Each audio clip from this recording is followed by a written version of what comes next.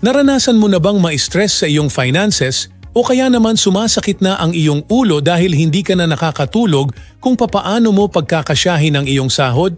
Narito ang ilang tips para sa iyo. Number 1, alamin ang iyong mga gastusin. Sa pag-track ng kita at gastos, magkakaroon ka ng malinaw na pag-unawa kung saan napupunta ang iyong pera.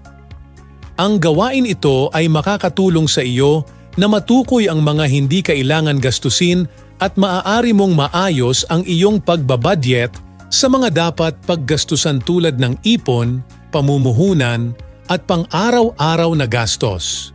Number 2, alamin at isulat ang lahat ng utang. Isulat lahat ng kabuuang utang at unti-unting bayaran ito. Number 3, mag-ipon. Ipunan ang iyong mga pangarap tulad ng makapagbakasyon sa magagandang lugar o di naman makapagpatayo ng negosyo. Small steps lead to big achievements in life. Kamusta? Ako si Kabuti at narito ako upang tulungan ka matuklasan ang iyong potensyal at gabayan ka sa landas patungo sa iyong tagumpay at makapagpatayo ka ng sarili mong negosyo. Meron ka bang natutunan sa akin?